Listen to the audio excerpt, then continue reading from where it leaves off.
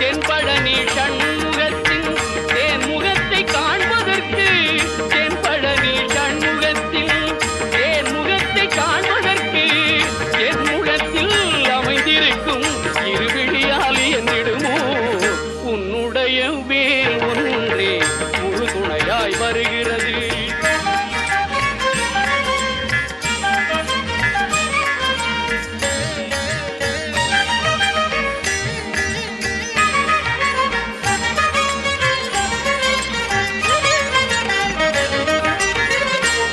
இருக்கும் இயற்கை எல்லாம் சொல்லுதையா திருப்புகழை, சுற்றி வரும் உலகம் எல்லாம் துடிக்கிறையா உன்